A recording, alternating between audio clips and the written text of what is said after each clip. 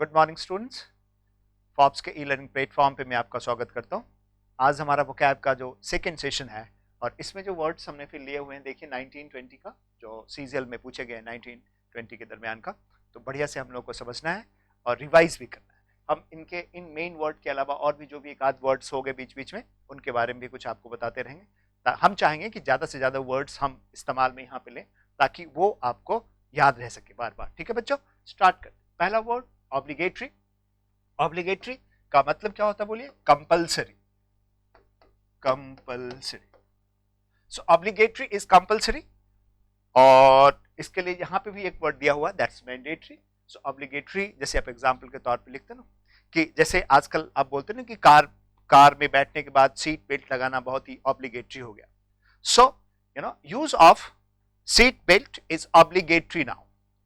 Use of seat belt in car is obligatory now। Car के अंदर seat belt जो है that's compulsory, that's obligatory, मतलब mandatory। so obligatory, mandatory, compulsory, सारे words एक जैसे हैं। अब यहाँ पे एक वर्ड जैसे है reckless। reckless टर्म आप जानते हो, don't be so reckless। आप बोलते किसी को, मतलब कोई भी आदमी बड़ा केयरलेसली कैजुअली किसी चीज को अप्रोच करता है या हैंडल करता है, तो हम क्या बोलते हैं? ये आपका रेकलेस अप्रोच बहुत अच्छी बात नहीं है, खराब बात है। सो आप इतना रेकलेस मत बनो। सो रेकलेस का मतलब क्या हो गया बच्चों? Careless, casual. केयरलेस, कैजुअल, ये हो गया आपका रेकलेस का मीनिंग। तो ऑब्लिगेटरी इज कंपल्सरी या मैंडेटरी, और रेकलेस जो शब्द है उसका यहाँ पे मीनिंग जो बनता है वो केयरलेस या कैजुअल। ठीक है बच्चों, नेक्स्ट स्लाइड की तरफ चलते हैं हम लोग। नेक्स्ट स्लाइड है आपका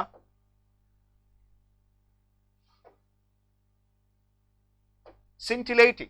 सिंटिलेटिंग परफॉर्मेंस, आपने ऐसा सुना होगा, ऐसे जो फ्रेज आपने सुना होगा सिंटिलेटिंग परफॉर्मेंस।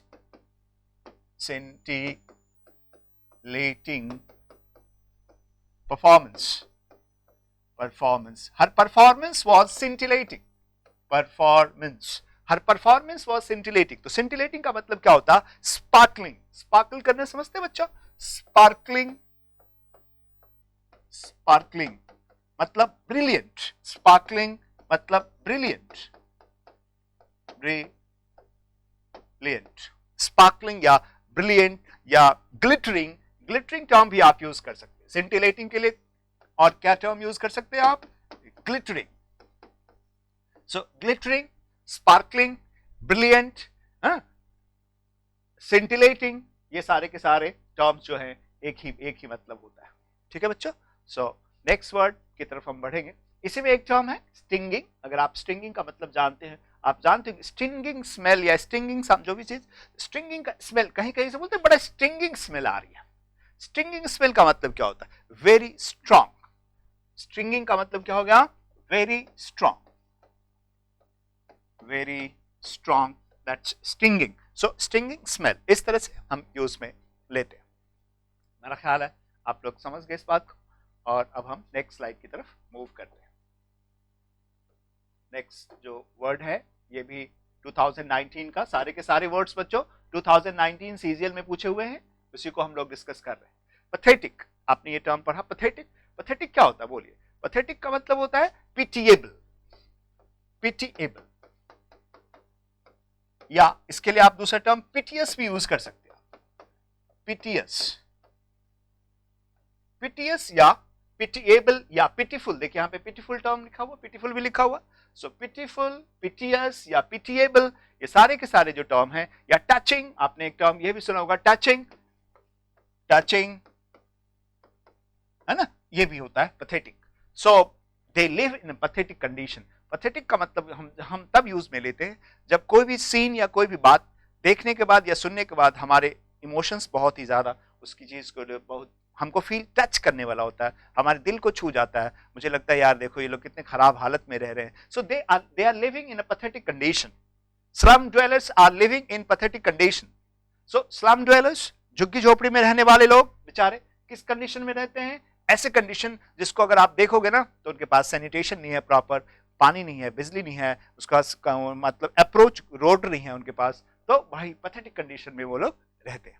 सो पैथेटिक का मतलब क्या हुआ बच्चों? जो आपके दिल को छू जाए, टच कर जाए, सो टचिंग, या पिटिएबल या पिटियस या पिटिफुल, ये सारे के सारे वर्ड्स किसके लिए हमने करा, पैथेटिक के तौर पे यूज करा। इनसिग्निफिकेंट, ये एक टर्म यहां पे यूज करा हुआ। इनसिग्निफिकेंट का मतलब होता है अनइम्पॉर्टेंट, नॉट इंपॉर्टेंट, ये आप जानते हो। चलो बच्चों नेक्स्ट वर्ड की तरफ। नेक्स्ट वर्ड है आपका पेनिटेंस। बच्चों पेनिटेंस क्या होता है? आपने सुना रिमोर्स, रिमोर्स या रिग्रेट, रिग्रेट या रिमोर्स या पेनिटेंस। तो ये रिमोर्स या रिग्रेट या पेनिटेंस या रिपेंटेंस, देखिए यहां पे रिपेंटेंस भी यूज करा हुआ है। ये सारे के सारे एक ही वर्ड है, रिमोर्स या पेनिटेंस या रिग्रेट, या ये सारे के सारे वर्ड्स मतलब पश्चाताप। हिंदी में क्या बोलते हैं इसको, पश्चाताप, है ना। और इसमें और कोई भी वर्ड ऐसा नहीं। एडमिरेशन, एडमिरेशन आप शायद जानते होंगे, एडमिरेशन का मतलब होता है praise. So praise is admiration. Admire करना समझते हैं आप, किसी भी की तारीफ करना, तो एडमायर करना is to praise someone highly. तो प्रेज समवन हाईली के लिए हम टर्म क्या यूज करते हैं, एडमायर करना। और इसी एडमायर जो एक वर्ब है यानी कि प्रशंसा करना, दैट्स अ वर्ब, उससे एक नाउन बनाते हैं admiration. So admiration is a praise. Praise as a noun भी यूज होता है और प्रेज एज अ वर्ब भी यूज हम करते हैं बच्चों। Next term is glorious. Glorious तो आप जानते होंगे, ग्लोरियस का मतलब क्या होता है, ग्लोरियस का मतलब होता है फेम्ड, फेम्ड है ना। ग्लोरियस का मतलब फेम्ड या रिनॉन्ड, ये टर्म आपने सुना होगा, रिनॉन्ड, रिनॉन्ड या फेम, दैट्स ग्लोरियस या splendid, splendid term, famed, glorious या रिनॉन्ड। सो जैसे आप बोलते हैं किसी चीज के लिए, सेलिब्रेटेड भी टर्म आप यूज कर सकते हैं ग्लोरियस के लिए, celebrated, celebrated, that's glorious, that was a glorious shot. Cricket खेलते खेलते अगर आपने सुनते कमेंट्री सुनते हैं ना, तो कभी कभी आप सुनते हैं शर्मा ने या रोहित, उसने क्या नाम है, कोहली ने एक शॉट लगाया और उस पर कमेंटेटर कहा था that was glorious, a glorious shot, मतलब बहुत ही सेलिब्रेटेड, जिसको सेलिब्रेट कर सकते हैं, बड़ा ही फेमस, बड़ा स्टाइलिश, अपने आप में यूनिक। तो उस सेंस में हम यूज करते हैं। स्प्लेंडेड, अक्सर ये टर्म आपने सुना होगा, splendid performance, splendid shot, splendid beauty, this is how we use the term splendid. So glorious is famed, renowned, celebrated, और उसी से उसी का सिनोनिम के तौर पे यूज करा गया स्प्लेंडिड को। इनॉर्मस एक वर्ड है, आप सब लोग जानते होंगे कि इनॉर्मस का मतलब क्या होता है बच्चा, इनॉर्मस साइज की बात करता है, ह्यूज, लार्ज, बिग, है ना, इस तरीके के टर्म यूज करते हैं हम इनॉर्मस के लिए। नेक्स्ट स्लाइड पे बढ़ते हैं हम लोग।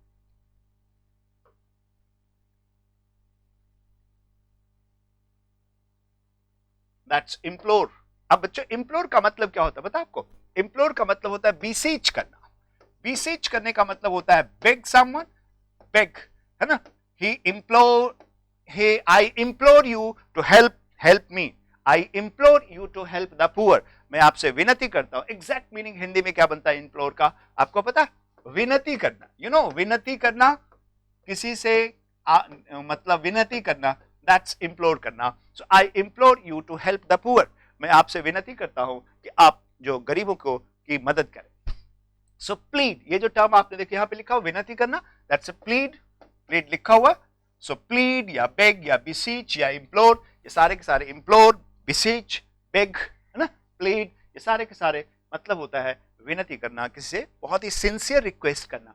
क्या मतलब हुआ, इम्प्लोर करना is to make a sincere request, बहुत ही सिंसियरली किसी से कुछ रिक्वेस्ट करना बच्चों। ये हो गया। नेक्स्ट वर्ड की तरफ बढ़ते हम लोग।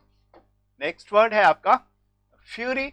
फ्यूरी तो आप जानते होते हैं, फ्यूरी क्या होता है, रैथ को बोलते हैं fury, wrath, fury is wrath या एंगर, है ना। सो फ्यूरी इज रैथ या एंगर, या आप इसके लिए रेज भी यूज करते हैं, rage, rage, out of rage, he responded out of rage, out of rage मतलब गुस्से में, एंगर में, रैथ में, गुस्सा। सो फ्यूरी का मतलब गुस्सा, रेज, एंगर, रैथ, इसको हम रैथ प्रोनाउंस करते हैं, रैथ का मतलब भी एंगर होता है। तो यही हुआ आपका फ्यूरी, फ्यूरी का मतलब हुआ गुस्सा, है ना, आक्रोश, है ना। नेक्स्ट वर्ड बच्चे, नेक्स्ट वर्ड है आपका रिवियर। रिवियर क्या होता है, आई रिवियर माई ट्रेडिशन, आई रिवियर इंडियन ट्रेडिशंस, आई रिवियर माई एंसेस्टर्स, आपने पढ़ा आई रिवियर माई ट्रेडिशन। सो रिवियर का मतलब क्या होता है, respect highly, respect, respect highly, honor, respect करना, honor something highly.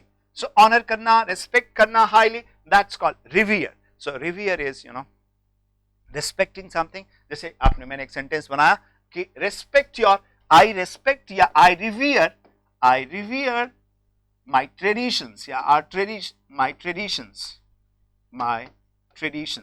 जो हमारे traditions है, उन traditions को मैं बहुत ही respect करता हूँ. I revere my traditions. जो भी हमारे traditions हैं हम उनको काफी इज्जत देते हैं, respect करते हैं. So that's revere. And next word जो है बच्चों revere के बाद that is okay, ये आखिरी वर्ड था आपके लिए. तो अब मुझे यकीन है कि आप लोग जो पहला हमने डाला है वो वीडियो और ये सेकंड वीडियो हमारा है, आप लोग इसको बढ़िया से पढ़िए बच्चों, और नेक्स्ट वीडियो हम फिर कल अपलोड करेंगे. ठीक है, आज के लिए हम इतना ही रखते बच्चे. Thank you very much for watching.